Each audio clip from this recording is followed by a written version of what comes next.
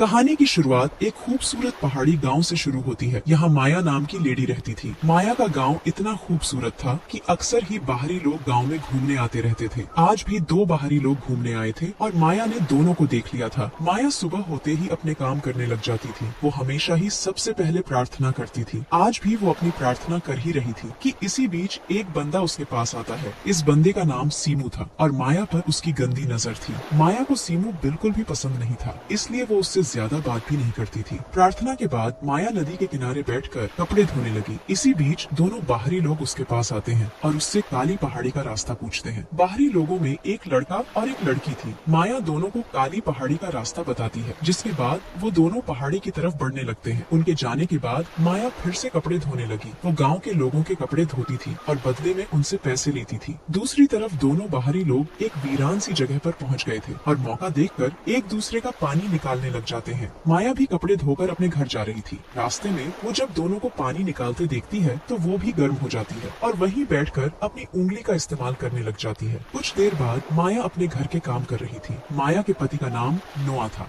एक साल पहले उसके साथ एक हादसा हुआ था, जिस कारण वो चल नहीं सकता था। माया नोआ का पूरा ख्याल रखती थी और उसकी खूब सेवा करती थी। रात को नोआ माया से बातें कर रहा था। नोआ की टांगों का ऑपरेशन तो हो गया था, लेकिन वो अभी तक चलने फिरने नहीं लगा था, इसलिए डॉक्टर ने उसे थेरेपी करवाने को कहा था। नोआ के पास थेरेपी के लिए पैसे नहीं थे, जिस कारण आजकल वो उदास ही रहता था। माया उसे समझाती है कि मैं जल्दी ही पैसे इकट्ठे कर लूंगी और फिर मैं तुम्हारी ऐसी थेरेपी करवाऊंगी कि तुम जल्दी ही चलने लगोगे। इतना कहकर वो नोआ के पास आती है और उसे गर्म करने लगती है। हादसे के कारण नोआ की ताकत भी चली गई थी, इसलिए माया की कई कोशिशों के बाद भी उसका डंडा गर्म नहीं होता और बेचारी माया प्यासी ही रह जाती है। अगले दिन गाँव में एक नया लड़का घूमने आता है और इस नए लड़के का नाम बिंसो था। रोज की तरह माया आज भी नदी किनारे कपड़े धो रही थी। बिंसो उसके पास आकर उससे काली पहाड़ी का रास्ता पूछता है। माया उसे पहाड़ी के बारे में बताकर पूछती है कि क्या तुम्हारे साथ कोई नहीं है। बिंसो बताता है कि मेरी कोई लवर नहीं है, इसलिए मैं अकेला ही घूमने आया हूँ। इतना कहकर वो माया को एक एनर्जी बार देता है और माया को वो बेहद पसंद आती है। बिंसो अब जैसे ही चलने लगा तो माया भी उसके साथ चलने को तैयार हो जाती है। बिंसो जिस तरफ जाने वाला था उसी रास्ते पर माया का घर था, इसलिए वो बिंसो के साथ चलने लगती है। थोड़ी देर चलने के बाद माया के पैर में मोच आ जाती है, जिसके बाद बिंसो उसे संभालने लग जाता है। वो जल्दी जल्दी माया की मोच निकाल देता है। बिंसो ने माया को छुआ था, जिस कारण वो गर्म हो गई थी।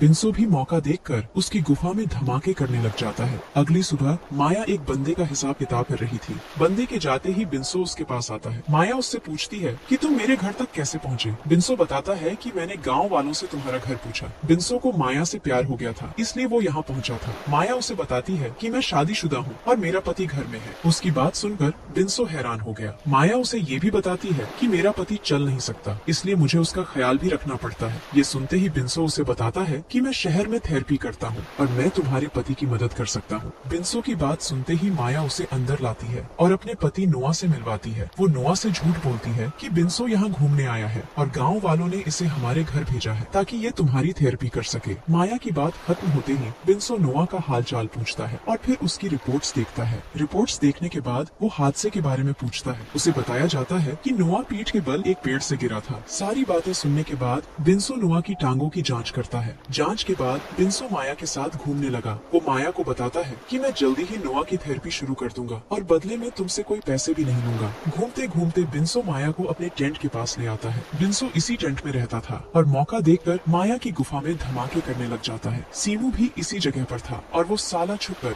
दोनों की वीडियो बना लेता है। अगले दिन बिंसो ने नोआ की थेरेपी शुरू कर दी। माया बिंसो के पास ही खड़ी थी और मौका मिलते ही अपने तरबूज बिंसो की पीठ पर रगड़ रही थी। नोआ ने दर्द के कारण अपनी आंखें बंद करी हुई थी, इसलिए वो माया की शरारत देख नहीं पा रहा था। थोड़ी देर बाद माया नदी किनारे कपड़े धो रही थी और इसी बीच सीमू उसके पास आता है। वो आते ही माया को वही वीडियो दिखाने लगता है जिसमें माया बिंसो का पानी निकाल रही थी। वीडियो देखकर माया गुस्सा करती है, लेकिन साले सीमू पर कोई असर नहीं होता। वो माया से कहता है कि अगर तुमने मेरा पानी नहीं निकाला तो मैं ये वीडियो तुम्हारे पति को दिखा दूंगा। माया उसे समझाने की कोशिश करती है कि तुम गलत कर रहे हो, मगर सीमू उसकी बात नहीं सुनता और उसकी गुफा में धमाके करने लगता है। सीमू ने माया की मजबूरी का फायदा उठाया था, जिस कारण माया पूरी रात सो नहीं पाई थी। अगली सुबह बिंसो फिर से नोआ की थेरेपी कर रहा था। उसकी थेरेपी ने जादू की तरह काम किया था, जिस कारण नोआ धीरे धीरे चलने लगा था। थेरेपी के बाद नोआ आराम करने चला जाता है, जबकि बिंसो माया से बातें करने लगता है। बातें करते करते दोनों इतने इतने गर्म हो जाते हैं कि घर के बाहर ही एक दूसरे का पानी निकालने लग जाते हैं। रात को नोआ को नींद नहीं आ रही थी। शायद वो माया से कोई बात करना चाहता था, लेकिन माया को नींद में देखकर चुप था। अगली सुबह बिन्सो फिर से नोआ की थेरेपी करने लगा। थेरेपी के कारण नोआ चलने तो लगा था, लेकिन फिर भी वो ज्यादा खुश नजर नहीं आ रहा था। रात को माया बिन्सो के पास थी। बातों बातों में बिन्सो उससे पूछता है कि जब तुम्हारा पति ठीक हो जाएगा तो हम दोनों का क्या होगा। माया उसे बताती है कि मेरे पति का डंडा काम नहीं करता, इसलिए तुम जब भी गांव में घूमने आया करोगे तब हम दोनों मजे किया करेंगे। बिन्सो को माया से प्यार हो गया था, इसलिए वो उसे अपने साथ शहर लेकर जाना चाहता था और वहीं शादी भी करना चाहता था। दोनों अभी बातें कर ही रहे थे कि इसी बीच दोनों के पास सीमू आ जाता है। सीमू इस वक्त नशे में था।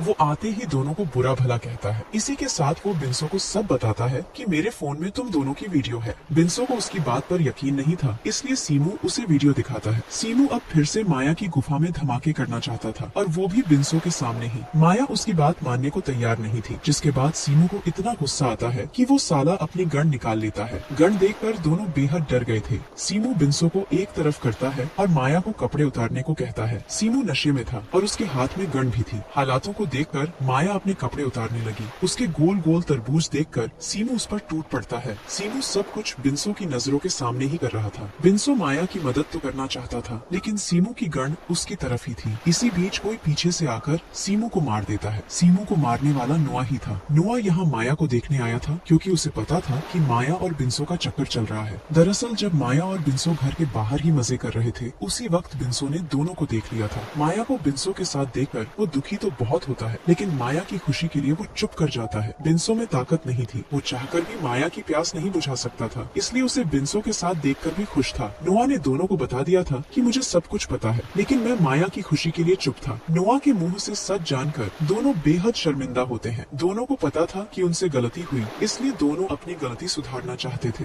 अगली सुबह बिन्सो अपने घर जाने वाला था। जाने से पहले वो नोआ से माफी मांगता है क्योंकि उसने उसकी बीवी के साथ चक्कर चलाया था। बिन्सो के माफी मांगने के बाद ना तो नोआ कुछ बोलता है और ना ही माया कुछ बोलती है। दोनों को चुप देखकर जैसे ही बिन्सो जाने लगा तो नोआ उसे रोककर कहता है कि तुम्हारे कारण मैं चलने लगा, इसलिए मैं तुम्हारा धन्यवाद करता हूँ, लेकिन आज के बाद यहाँ कभी मत आना और ना ही कभी माया से मिलने की कोशिश करना। नोआ की बात सुनकर बिन्सो कुछ नहीं बोलता क्योंकि वो उसकी बात मानने को तैयार था। वो नोआ से हाथ मिलाता है और फिर वहाँ से जाने लगता है। उसके जाते ही माया नोआ का धन्यवाद करती है क्योंकि उसने उसकी गलती माफ कर दी थी। वो समझ गई थी कि उसे दुनिया का सबसे अच्छा पति मिला है जो उसकी खुशी के लिए चुप हो गया था। वैसे जब से नोआ चलने लगा था, उसके डंडे ने भी काम करना शुरू कर दिया था। कहानी के आखिर में दोनों पति पत्नी खुश रहने लगते हैं और नोआ माया की प्यास भी बुझाने लगता है। इसी के साथ इस कहानी का यही अंत हो जाता है। हमारी वीडियो देखने के लिए बहुत बहुत धन्यवाद। अगर आप ऐसी ही वीडियोस के दीवाने हैं तो प्लीज मेरे चैनल को जरूर सब्सक्राइब करें। मिलते हैं अगली वीडियो में, तब तक के लिए नमस्कार।